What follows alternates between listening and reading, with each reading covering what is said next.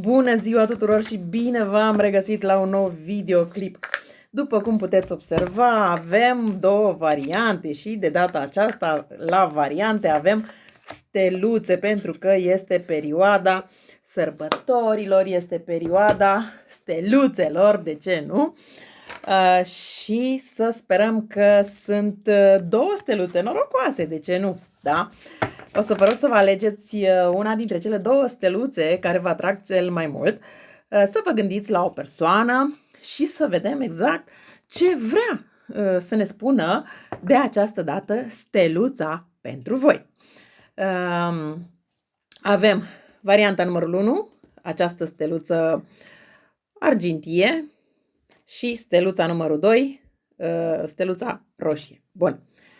Sper că v-ați hotărât. Dacă nu v-ați hotărât, puteți pune pauză și să continuați după.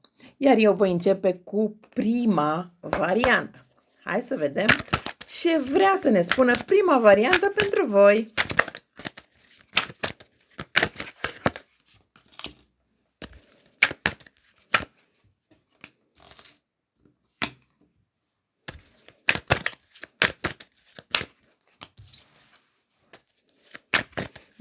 Aici văd că această relație s-a format cumva la distanță. Ați fost la distanță de persoană, în momentul înainte să cunoașteți persoana și chiar când ați cunoscut-o, da?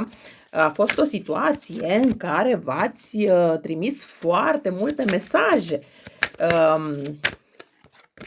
ați comunicat foarte mult, ați clarificat foarte multe aspecte și cred că relația voastră totuși a mers cumva pe repede înainte. Dar asta nu înseamnă că ați fost feriți de anumite obstacole, anumite praguri pe care a trebuit să le treceți ca relația voastră să ajungă într-un anumit punct. Da? Chiar dacă nu întotdeauna totul este roz. Și de ce spun că nu întotdeauna totul a fost roz? Pentru că aici vorbim pentru o parte dintre voi despre situațiile de trio. O să scot și câteva cărți oracol și pe urmă o să încep să spun mai multe, da? A fost o situație de trio, dar nu neapărat pentru că vorbim despre un amant sau o amantă. Mai poate fi vorba inclusiv despre faptul că aici poate a intervenit o mamă, o soră, o cumnată și așa mai departe, care a tulburat, ca să spun așa, apele dintre voi doi. Dar ideea este că această tulburare a apelor, chiar dacă pe moment nu a fost una benefică și nu a fost una prea drăguță pentru ambii, uite că lucrurile se pot rearanja. A fost într-adevăr situații între voi doi care s-au repetat. Și a fost așa o repetare, dar ce să vezi că până la urmă și această repetare are un final. Dar până să ajungem la final mai avem un pic de discutat. Bun, pe voi vă văd în acest moment foarte bine. Sunteți foarte mândre de voi, foarte mândre de ceea ce ați realizat, foarte mândre de cum arătați, de ce nu? Poate o parte dintre voi, aici cred că ați fost persoane mai plinuțe, dar în urma unei diete sau în urma unei îngrijiri corporale diferită, ați reușit să mai slăbiți. Unii sau unele mai mult, alții mai puțin. Dar nu asta este ideea principală. Ideea principală văd că, n-am spus zodiile, mă scuzați, o să încep și cu zodiile.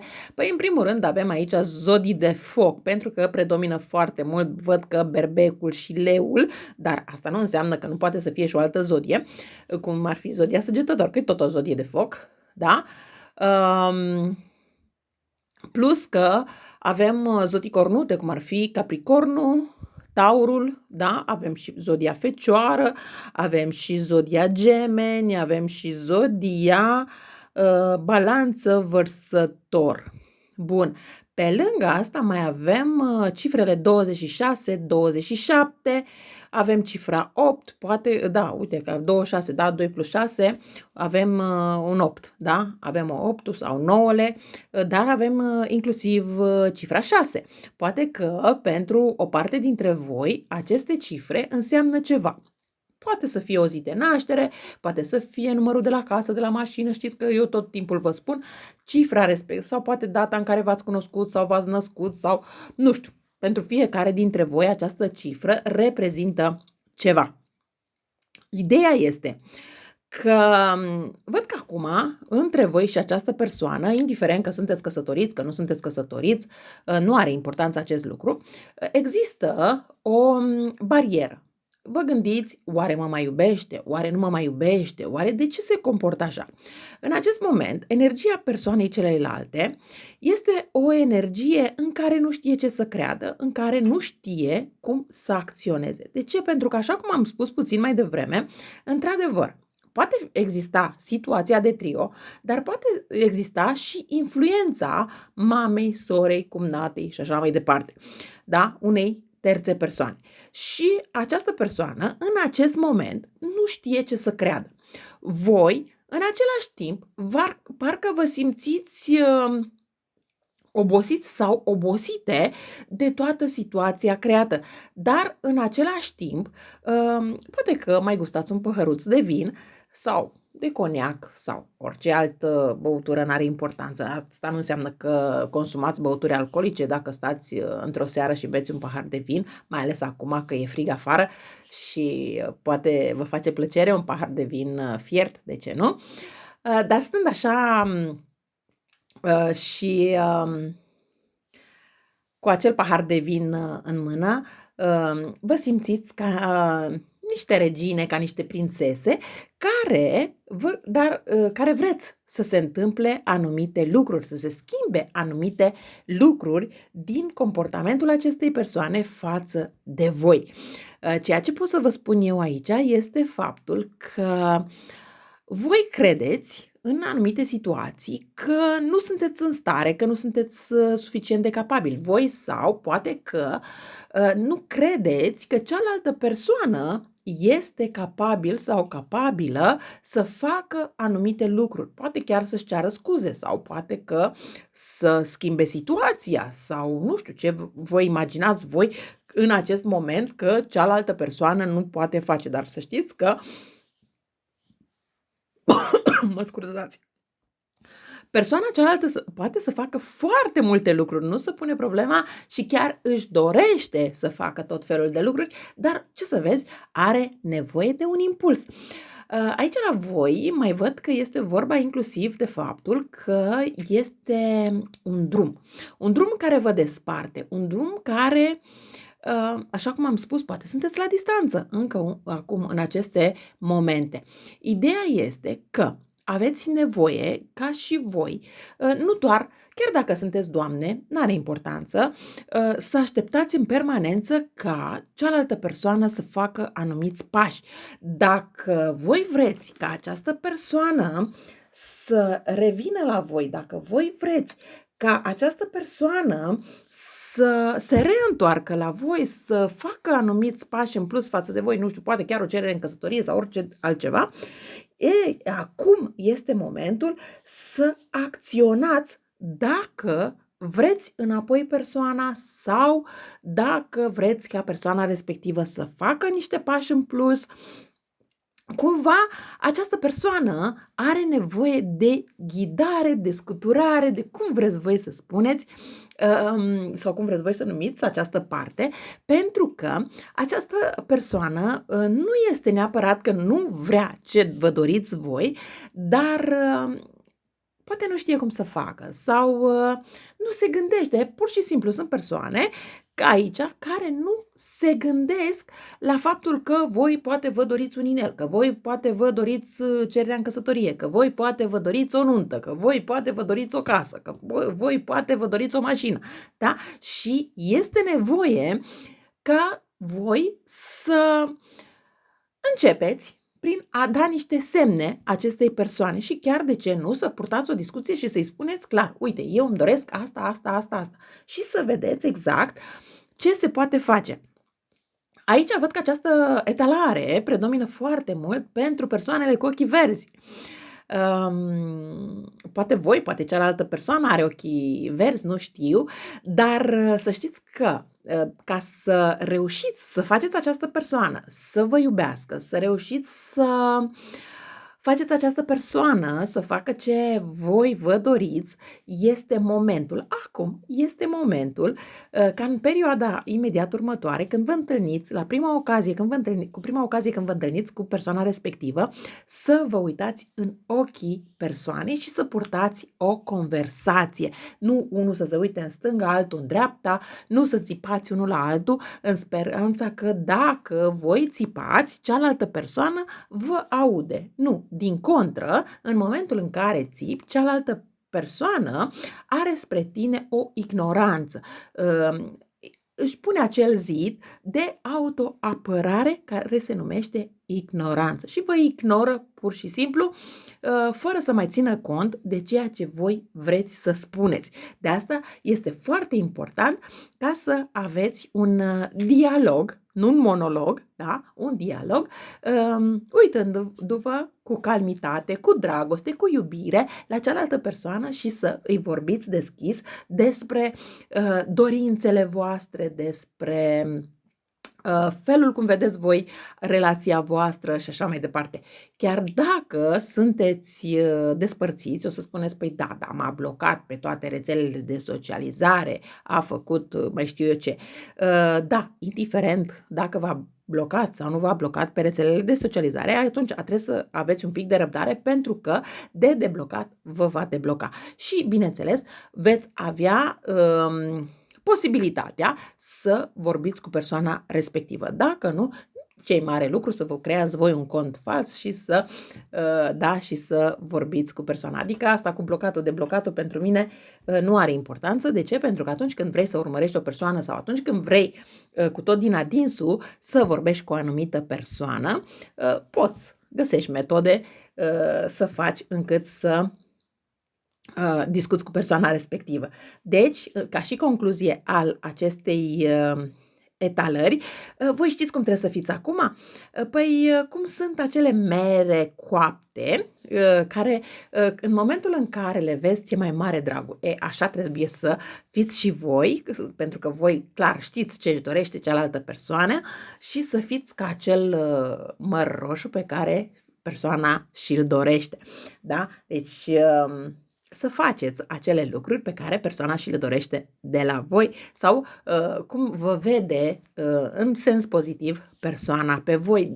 De ce s-a îndrăgostit această persoană de voi? Pentru că poate ați arătat într-un anumit fel, ați vorbit într-un anumit fel, încercați să vă reîntoarceți la acele momente și atunci vedeți cum reacționează cealaltă persoană. Dar, așa cum am spus, acum este momentul să acționați dacă vreți persoana înapoi.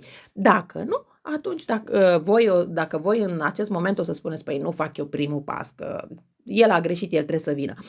Atunci stați și așteptați. Dar dacă vreți într-adevăr să se întoarcă, găsiți acea portiță încât să faceți voi primul pas, pentru că nu este o rușine și acum, clar, depinde de fiecare dintre voi. Trebuie să țineți cont că cărțile de tarot vă dau sfaturi, vă sfătuiesc, dar nu pot să și acționeze în locul vostru, iar dacă voi doar stați și așteptați ca să pice din cer, nu știu ce, să știți că nu pică nimic din cer, da? E alegerea fiecăruia dintre voi. Țineți cont că alegerile în viață vi le faceți voi, nu cărțile de tarot.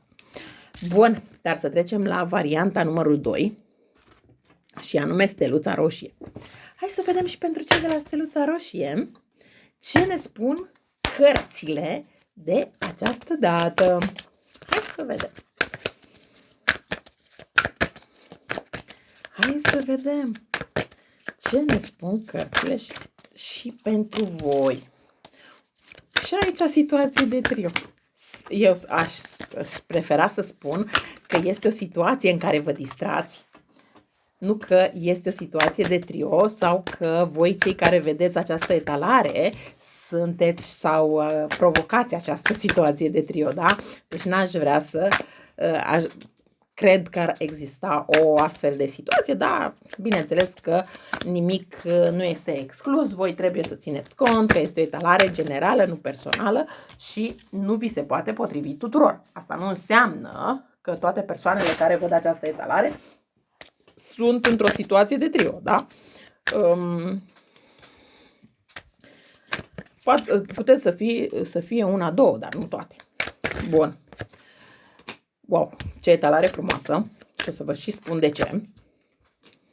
Dar după ce termin de extras și cărți oracol, până extrag și cărțile oracol, pot să vă spun că văd că aici ați muncit destul de mult la această relație pe care ați avut-o, pe care v-ați dorit-o, cu tot din adinsul.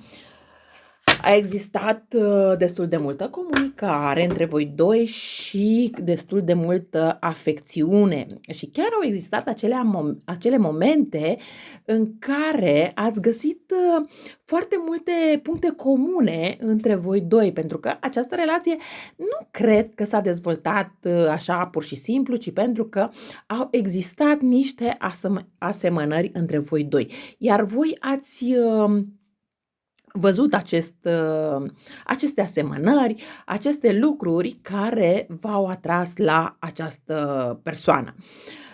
Însă, din motivele care au intervenit în această relație, voi ați devenit un pic mai justițiari, un pic mai...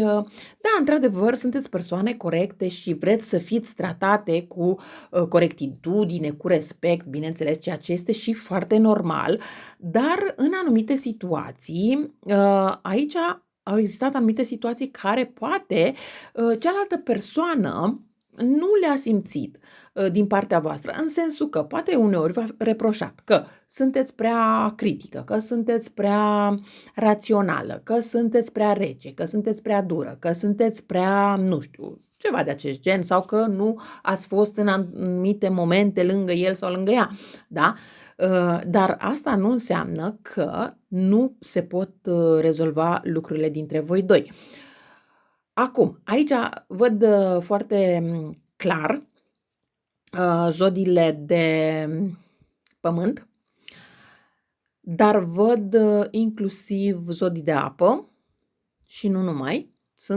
Avem și câteva, într-adevăr foarte puține zodii de foc, dar le avem și pe acelea, chiar dacă predomină cele de pământ și cele de apă. Văd că aici relația voastră a fost o relație care v-a făcut să vă simțiți tineri. Nu știu dacă pentru voi cifrele 12, cifra 2, cifra 9 înseamnă ceva. Poate să fie, așa cum știți, o zi de naștere, poate să fie că în urmă cu 12 zile sau 2 zile v-ați despărțit sau ați avut o conversație mai serioasă sau ceva de acest gen. Da? Deci aceste cifre pe care eu le spun poate să însemne absolut orice. Poate să însemne inclusiv ora de la ceas, da? Ora 12 sau ora 2, în care voi poate v-ați trimis unul altuia un mesaj sau de ce nu, poate ați vorbit telefonic. Nu știu, poate să fie orice de această natură. Ideea este că această relație a voastră este bazată pe foarte multă afecțiune, și de o parte și de cealaltă. Această afecțiune pe care o simțiți unul față de celălalt vă ajută să vă simțiți tineri, vă ajută să mergeți mai departe. E adevărat acum că persoana cealaltă v-a și supărat, nimic de spus. Acum nu totul în relație este lapte și miere. Dar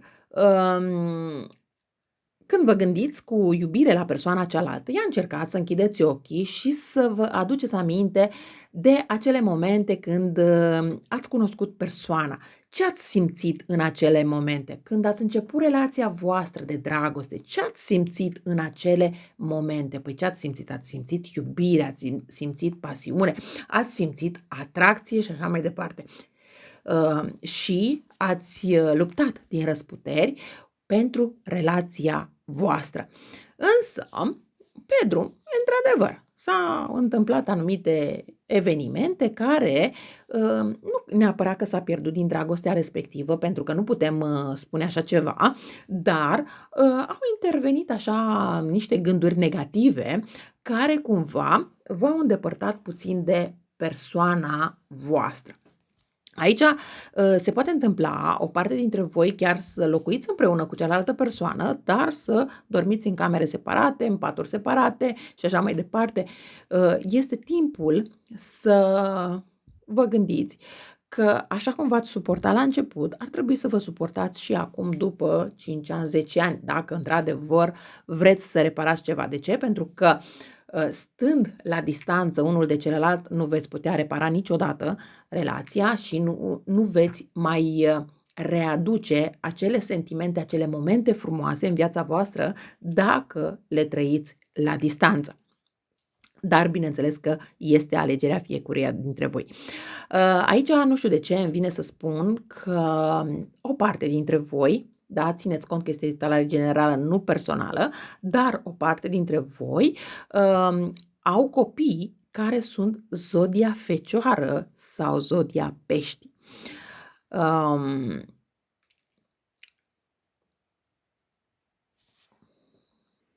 Și văd că aveți inclusiv realizări din partea copiilor voștri. Și ar trebui să vă gândiți că copiii voștri se bucură, mai ales când vă văd împreună, indiferent cât e de mare sau de mic copilul, acele momente frumoase pe care și le petrece alături de părinți, chiar dacă stați numai să beți o cafea împreună, da? Sunt momente cu care copiii voștri rămân, indiferent de vârsta pe care o au copiii în acest moment, și cred că ar trebui să puneți accent mai mult pe tema asta, să vă întâlniți poate cu iubitul, cu tatăl copilului și să beți o cafea, după care fiecare să-și vadă de drumul lui. Dacă vreți să reîntineriți relația, să revigorați relația, bineînțeles că este nevoie de mai mult. Dar o invitație la o cafea, de ce nu, este un punct de pornire. Dar, bineînțeles, invitația la cafea să nu se termine cu farfurii aruncate sau cu ceștile de cafea, da? Unul după celălalt sau cu lingurițele, pentru că atunci e clar că o altă întâlnire nu va mai avea loc, da? Deci ar trebui cumva să vă gândiți să o luați de la zero.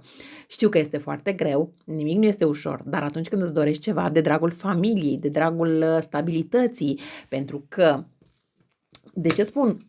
Aici am această carte care îmi spune foarte clar că voi încă puteți să fiți împreună, că voi încă puteți să vă iubiți. De ce? Pentru că printre toate acele reproșuri care vi le spuneți unul altuia, există, uite, chiar dacă e mai micuță și abia se vede, dar există iubirea, există această inimioară și există acel sentiment de iubire în inimioara voastră, chiar dacă acum în acest moment vi se pare a fi un sentiment mai îndepărtat, dar el există acolo și nu dispare atât de ușor. Așa că, dragile mele, dragilor, acum este momentul să acționați dacă vă doriți să recâștigați această persoană sau dacă vă doriți să recâștigați iubirea acestei persoane. Acum depinde fiecare în ce stadiu vă aflați. Pentru că iubirea există și de o parte și de cealaltă, doar că trebuie, să spunem, reînviată, nu, sau cum vreți voi să-i spuneți, revigorată, da?